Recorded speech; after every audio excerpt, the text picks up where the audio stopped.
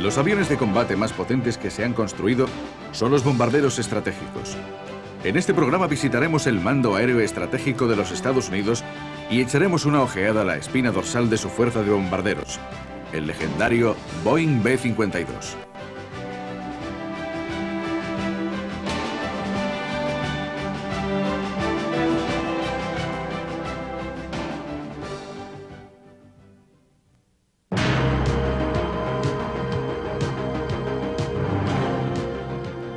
El poder aéreo estratégico se diferencia del poderío aerotáctico en su misión básica.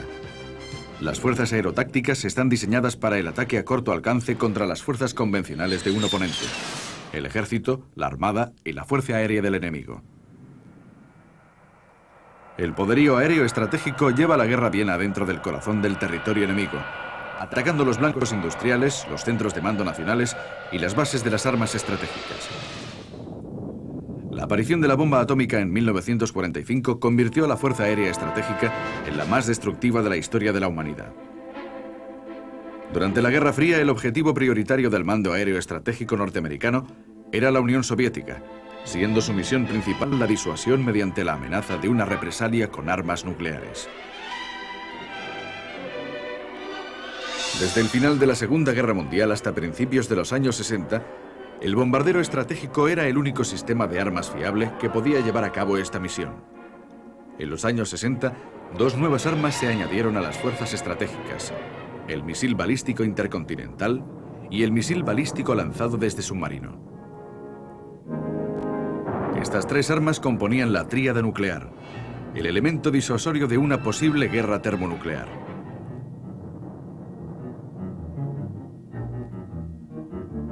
La Guerra Fría ocasionó la más terrible de las paradojas: la preparación de armas capaces de una destrucción inimaginable, con el propósito de impedir que se produjera una guerra tan terrorífica.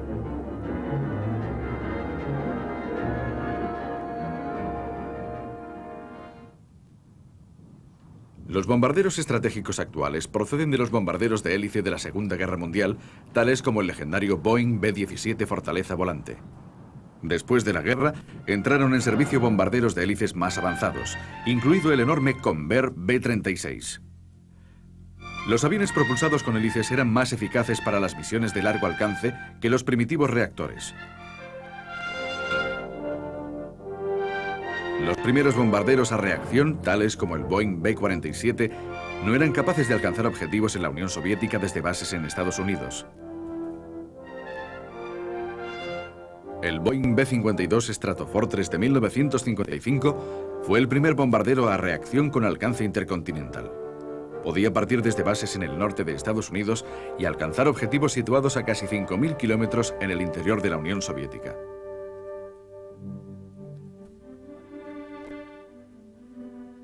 Las tácticas de los bombarderos estratégicos se desarrollaron durante la Guerra Fría. Como en la Segunda Guerra Mundial, los cazas interceptadores eran los principales enemigos del bombardero en los años 50. Las nuevas armas cohete los hacían aún más mortíferos que sus homólogos de la Segunda Guerra Mundial.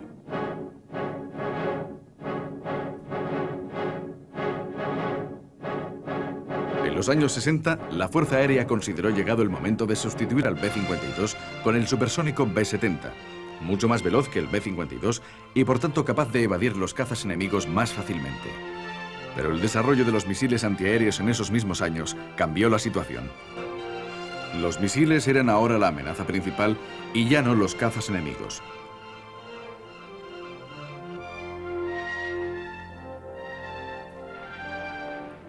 Pero además los cazas soviéticos con el MiG-25 a la cabeza eran cada vez más veloces.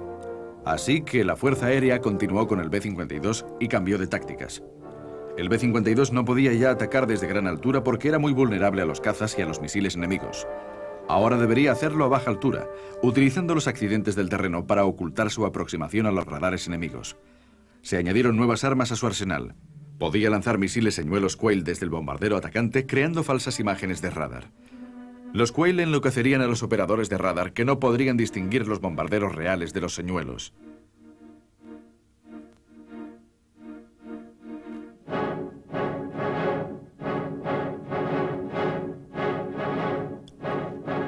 Los Los misiles de corto alcance SRAM se utilizarían para atacar los radares enemigos y los emplazamientos de misiles, abriendo agujeros en las defensas enemigas antes de que los bombarderos se aproximasen al objetivo principal. La guerra de Vietnam distrajo al mando aéreo estratégico de su misión nuclear y dio al B-52 un nuevo cometido.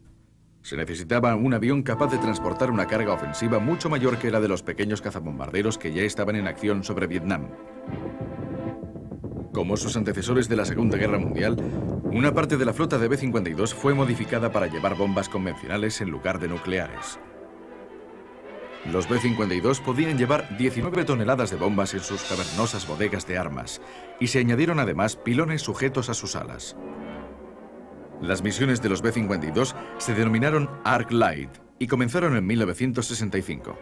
En vez de su tradicional cometido estratégico, los B-52 se vieron obligados a realizar misiones tácticas, bombardeando posiciones del Vietcong, rutas de suministro o zonas de concentración.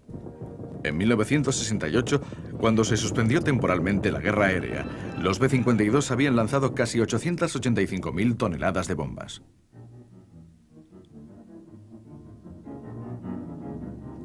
Los B-52 fueron luego destinados a la campaña de bombardeo estratégico contra objetivos industriales y militares en Vietnam del Norte en 1972.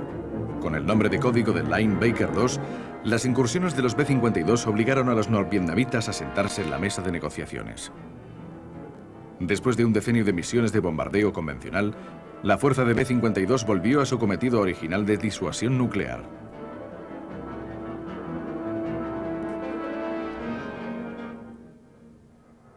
Cuando concluyó la guerra de Vietnam, se cuestionaba seriamente si el B-52 seguía siendo adecuado como bombardero estratégico.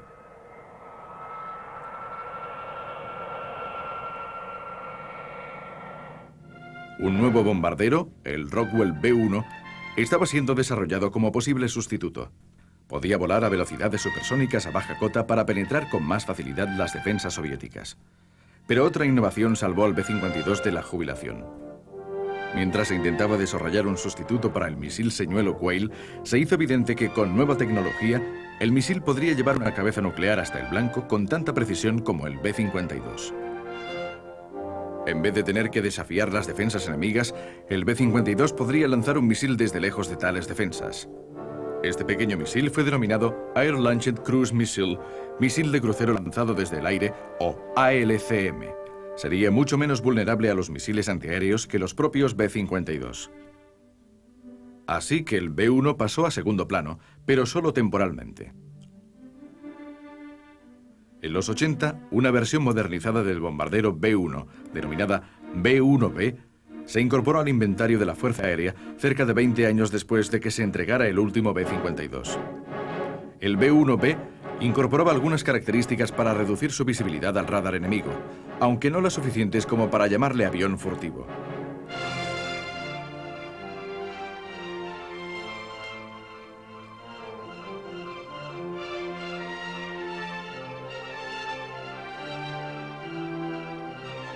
A finales de los 80 se elevó del suelo el primero de los auténticos bombarderos furtivos, el Northrop B-2.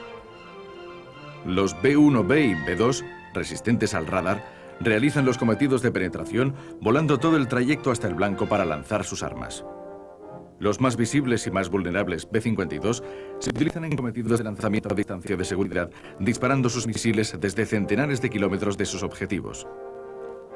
Las técnicas furtivas no pueden ser incorporadas al B-52, pero sí a su carga ofensiva. El B-52 dispone ahora de un verdadero misil de crucero furtivo, el ACM, que vemos aquí. Innovaciones como el ACM, así como frecuentes mejoras al propio B-52, han alargado la vida de los escuadrones de B-52 muy probablemente hasta bien entrado el próximo siglo.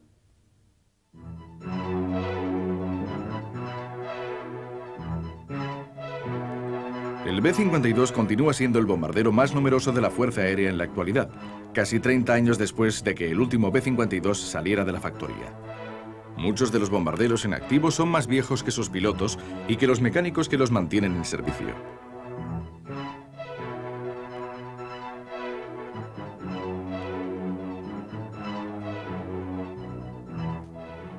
La 416 ala de la base de Griffiths en Roma, Nueva York, Es una unidad típica de las que vuelan el B-52.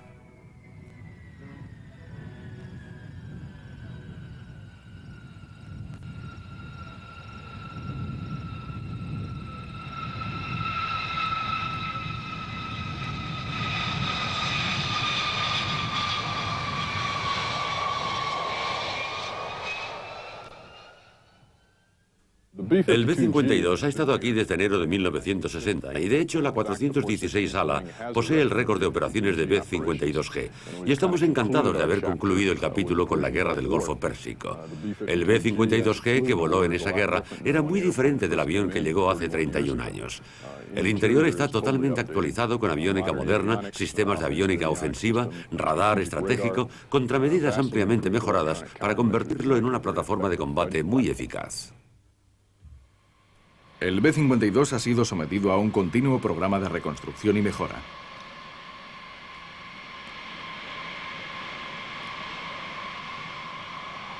Con el paso de los años se han cambiado tantas piezas de cada avión que se conserva muy poco de la máquina original.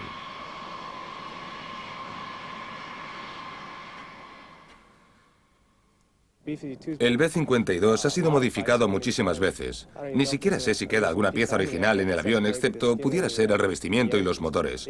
Los motores son los que más han durado. El sistema de bombardeo y navegación se ha modificado varias veces. Probablemente la única cosa original que queda del avión sea la célula. Y ni siquiera sé si podría decir que la célula, ya que ha sido revisada muchas veces. El revestimiento se ha reemplazado. Los motores se han reemplazado. Cada vez que va a revisión, sales de allí con un avión nuevo. Puede que el avión pudiera volar para siempre, pero obviamente se volverá anticuado. Actualmente hay dos versiones en servicio con la Fuerza Aérea, el B-52G y el B-52H. Después de las reconstrucciones de ambos tipos durante años, son casi idénticos en apariencia. El B-52H posee algunas mejoras. El modelo H es naturalmente una importante mejora en la flota de B-52. Es el último de la especie, el Cadillac de la fuerza. Esencialmente, la mayor y más importante diferencia es el motor, que es un turbofán. De tecnología inicial, de baja derivación, pero ofrece una mejora en el consumo de combustible, mayor alcance y, naturalmente, hay otras mejoras en las contramedidas electrónicas del avión. Algunos de los sistemas de armas y, con toda seguridad, el sistema de control de tiro son diferentes. Pudiera decirse que es la evolución final de las series del avión B-52. La tripulación del B-52 es de 6, piloto y copiloto en la cabina delantera, el oficial de guerra electrónica y el artillero detrás de ellos, y el navegante y el oficial de sistemas ofensivos debajo de ellos en el compartimento inferior. La cabina del B-52 es una reminiscencia de los viejos bombarderos o los aviones de línea, con grandes controles de gases para los 8 motores del avión. Con los años, el tablero de instrumentos ha ido cambiando a medida que mejoraba la electrónica del avión. Los mayores cambios se realizaron en la electrónica, operada por los tripulantes de los compartimientos traseros. Mi trabajo principal es ocuparme del conjunto del radar del B-52. También soy el bombardero. Soy el que maneja las armas para asegurarme de que alcanzan el objetivo correcto en el momento oportuno. El navegador del radar se ocupa de la pantalla de radar de la cabina inferior. También es el responsable de utilizar las 2 cámaras de televisión que hay allí para ayudarnos en el bombardeo. Y, naturalmente, la función principal del radar es llevar el avión al objetivo a bombardear y lanzar la carga apropiada sobre el blanco.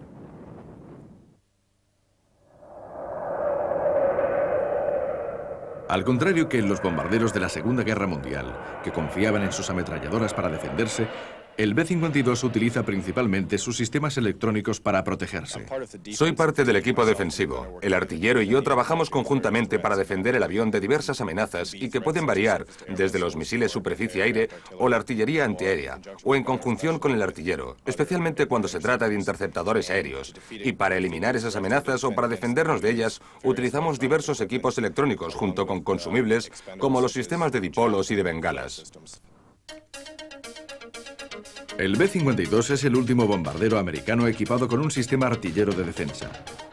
El sistema es la defensa final contra los cazas enemigos. Durante la guerra de Vietnam, los artilleros de cola derribaron cazas enemigos en 2 ocasiones.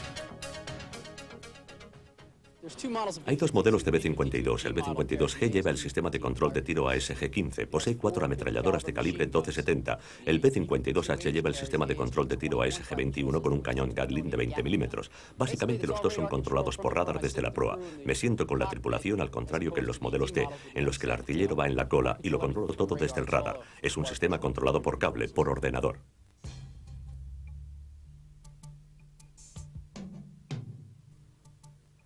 El B-52 no se ha utilizado nunca en su cometido original de bombardero nuclear. La experiencia de Vietnam demostró su utilidad en conflictos que no eran una guerra nuclear. Como resultado, la Fuerza Aérea mantuvo una pequeña fuerza de B-52G configurados como bombarderos convencionales. Con la desaparición de la Guerra Fría, la capacidad bivalente del B-52, convencional o nuclear, le proporciona una versatilidad única comparada con otras armas de la tríada estratégica. Esta doble capacidad es llamada la doble tríada.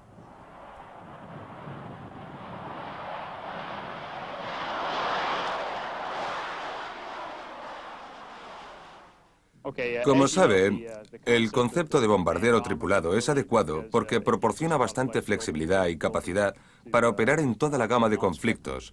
Y a pesar de que nuestra misión principal aquí es la nuclear, como vimos en la operación Tormenta del Desierto, el B-52 puede adaptarse con facilidad al papel convencional. Con el nuevo concepto de doble tríada, nuestro entrenamiento se seguirá enfocando en ese sentido. Tenemos capacidad para ejecutar ambos cometidos y eso nos permite realizar lo que necesiten las autoridades del mando nacional dentro de las capacidades del avión, que, como vimos en Tormenta del Desierto, posee una gran versatilidad. Las misiones de ataque convencional requieren un entrenamiento distinto y tácticas diferentes a las de ataque nuclear.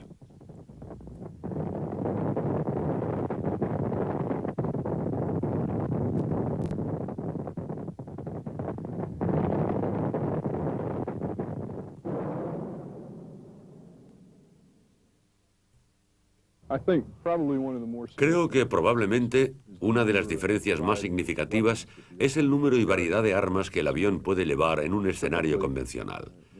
Normalmente, en una misión ordinaria del B-52, hablamos de una pasada y lanzamiento puntual de un arma, al contrario que en las convencionales, de varios aviones yendo contra un blanco, quizás desde ejes de ataque distintos y lanzando la capacidad total del avión de 51 armas, tratando de comprimir o extender el tren de esas armas para conseguir una cobertura total y la destrucción de la zona del blanco.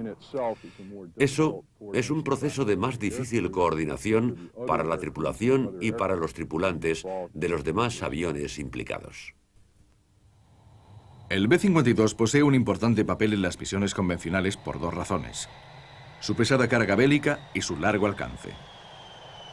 El B-52 posee un radio de alcance de casi 6.000 kilómetros, pero puede dar la vuelta al mundo sin escalas gracias al reaprovisionamiento en vuelo.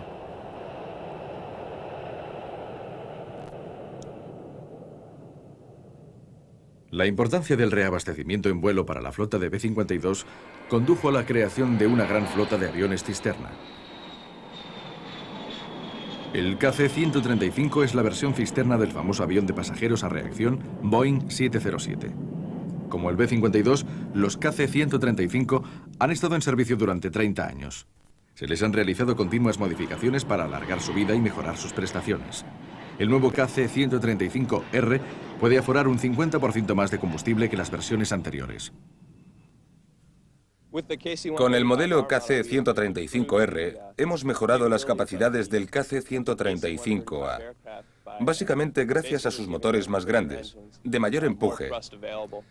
Eso nos permite despegar con más combustible que el viejo modelo A y también nos permite consumir menos combustible. Podemos volar más lejos y proporcionar más combustible. El B-52 posee un receptáculo especial de repostado en el fuselaje sobre la cabina. El piloto del B-52 vuela cuidadosamente su avión hasta una localización predeterminada detrás y debajo del KC-135.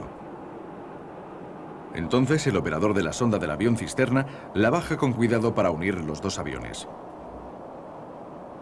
El operador de la sonda es un miembro especial de la tripulación del KC-135. Es responsable de controlar la sonda de repostaje que conecta el B-52 con el avión cisterna.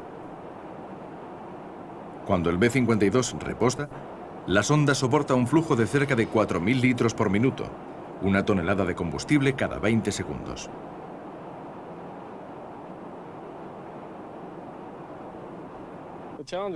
Lo peor es si se producen turbulencias, condiciones meteorológicas que impiden un contacto suave. Siempre intento realizar un contacto realmente suave, porque no puedes arañarle la pintura ni rozar el parabrisas. Has de volar la sonda alrededor. Te aseguro que se controla con mucha suavidad. Quieres tener al receptor cerquita, pero no demasiado. Tenemos 4 bombas que podemos conectar para reaprovisionar el avión, y eso depende básicamente del tamaño del receptor. Si es un pesado, podemos utilizar las 4. Un pesado es un B-52 o un C-5, mientras que para un caza podemos utilizar 1 o 2 bombas para reaprovisionarlo. Se tarda entre 5 y 10 minutos en cargar la gasolina. La importancia de los cisternas para las misiones de los B-52 ha quedado reflejada en los cambios organizativos de la Fuerza Aérea en los últimos años. Antes, los escuadrones y las alas se organizaban alrededor de un tipo determinado de avión, por ejemplo, un ala de bombarderos B-52 o un ala de cisternas KC-135. Ahora, las alas como la 416 de Griffiths son organizaciones mixtas con escuadrones de cisternas y bombarderos. La nueva organización permite a los bombarderos y a los cisternas coordinarse mejor en sus entrenamientos, como estas maniobras de reaprovisionamiento. Con los tanques del bombardero rellenos, las cisternas regresan a la base.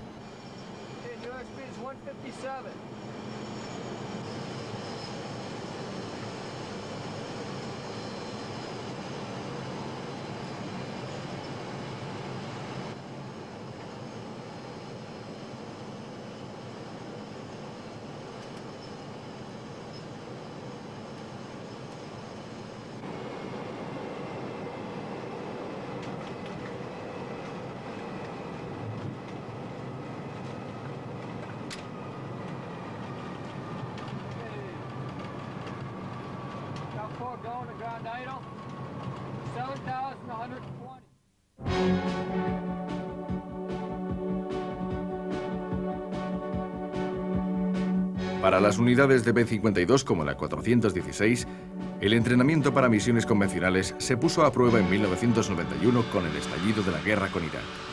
Tan pronto como la Fuerza Aérea comenzó a planificar ataques aéreos contra Irak en el invierno de 1990, se pensó en el B-52. El B-52 posee capacidades únicas para muchas de las misiones que se planearon para la Operación Tormenta del Desierto.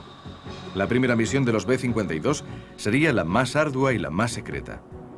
Los B-52 despegaron desde Barksdale, en Luisiana, y volaron sin escalas hasta Irak.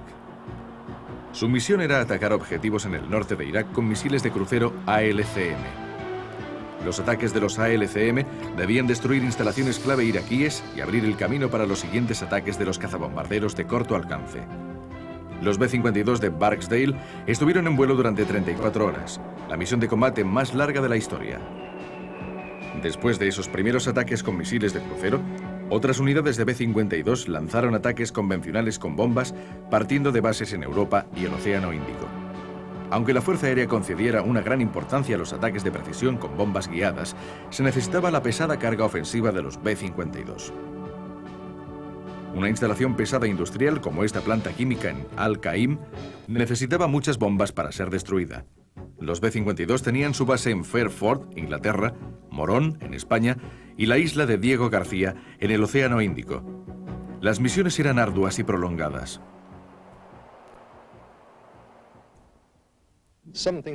Algunas cosas que eran algo diferentes durante la Guerra del Golfo eran, por supuesto, la planificación de la misión y el tiempo de vuelo.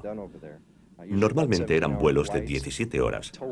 El tiempo total de una jornada de trabajo estaba entre las 24 y las 26 horas. Llegábamos normalmente 5 o 6 horas antes del despegue.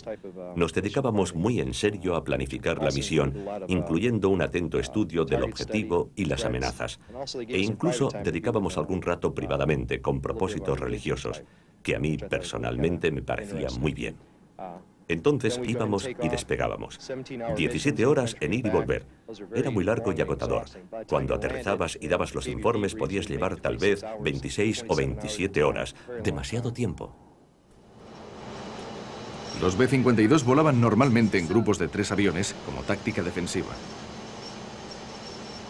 Las primeras misiones se ejecutaron de noche y a baja cota. Una vez eliminada la Fuerza Aérea iraquí, cambiaron las tácticas y fueron posibles las misiones a gran altura.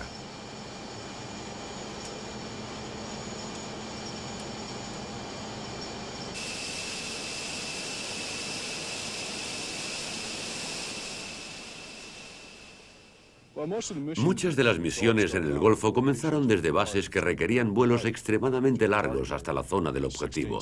16, 17, 18 horas no era nada extraordinario. El avión iba en una célula de 3 o más aviones, al principio a baja altura contra objetivos puntuales y defendidos, y después, al desaparecer las amenazas aéreas, cuando conseguimos la superioridad y la supremacía aérea, el avión pasó a una estructura de misión a gran altura, en la que podíamos ir y hacer cosas tales como apoyo aéreo cercano, interdicción aérea del campo de batalla, interdicción en la retaguardia de las unidades de la Guardia Republicana e incluso operaciones de ruptura antes del comienzo de la guerra terrestre en apoyo de las fuerzas de tierra. Los B-52 rara vez operaban sin asistencia de los aviones cisterna, especialmente los que volaban desde bases lejanas en Europa o en el Océano Índico. Además de encargarse de los B-52, los Cisterna KC-135 dedicaron gran parte de su tiempo a repostar a los cazabombarderos tácticos que se dirigían al norte de Irak para atacar. En la mayoría de las misiones que hicimos en apoyo de Tormenta del Desierto, repostaron cazas que iban en misiones de ataque. Lo hacían antes de sus ataques y después, para que pudieran regresar a sus bases. Durante la Tormenta del Desierto, los B-52 arrojaron casi el 30% del total de bombas lanzadas. La experiencia de esas operaciones sería seguida poco después por los tumultuosos cambios en la Unión Soviética. Al menguar el oponente de la Guerra Fría, las misiones de los B-52 comenzaron a cambiar.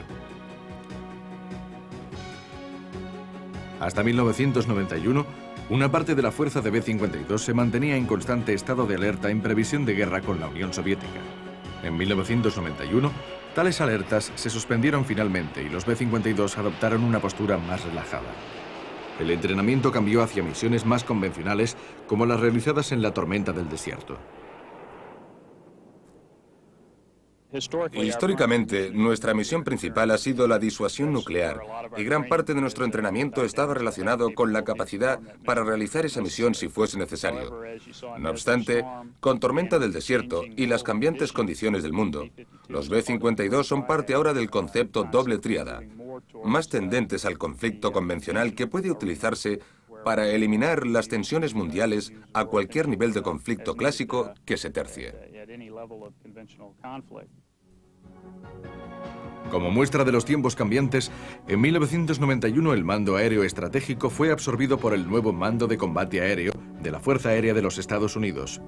Se ha de destacar que el venerable B-52 fue el que mejor superó los cambios en el bombardeo estratégico durante los 4 últimos decenios.